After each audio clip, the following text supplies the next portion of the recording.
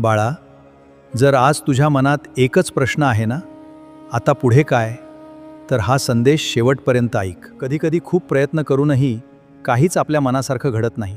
मग मन थकून जातं आणि वाटतं आता माझ्यासाठी काहीच उरलं नाही.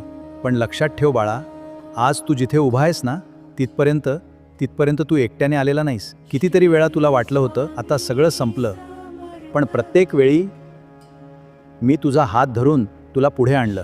म्हणून आता उद्याची चिंता सोडून दे.